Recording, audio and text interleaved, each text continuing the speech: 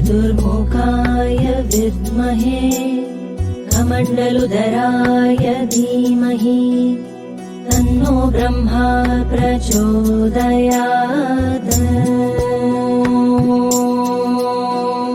हिरण्यगर्भसमवर्तताग्रे भूतस्य जातपतिरेक आसीत् सदा धारपृथिवीं व्यामुते माम् तस्मै देवाय हविषा विधेम।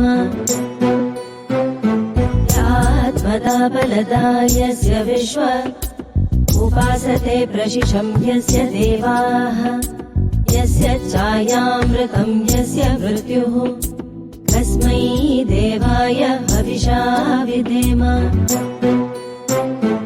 यः प्राणतो निविशतो महित्वैक चित्राजा जगतो बभूव य ईशे अस्य द्विपदश्चतुष्पद तस्मै देवाय हविषा विधेम। यस्येमे हिमवन्तो महित्वा यस्य समुद्रं रसया सहाहुः यस्येवा प्रदिशो यस्य बाहु तस्मै देवाय हविषा विधेम।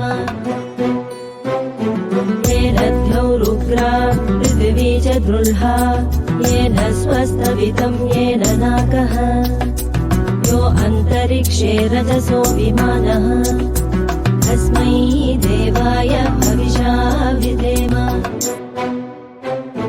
यं क्रन्दसि अवसादस्तबाणे अभ्यक्षेतां मनसारे जमाने यत्रादिसूर उदितो विभाति तस्मै देवाय हविषा विधेम।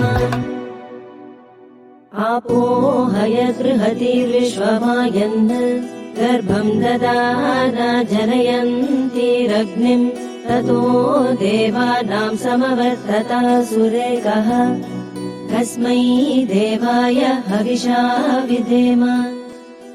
यच्चिदापो महिना पर्यपश्यद् रक्षं ददाना जनयन्तीर्यज्ञं यो देवेष्वधि देव एक आसीत् तस्मै देवाय हविषा विधेम।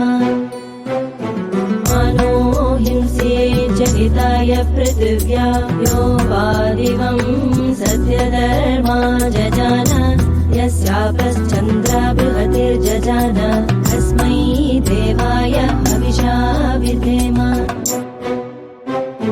प्रजापतेन त्वदेतारण्यो विश्वा जातानि परिता बभूव यत्कामास्ते जुहुवस्तन्नो अस्तु वयं स्याम पतयोरयिनाम्।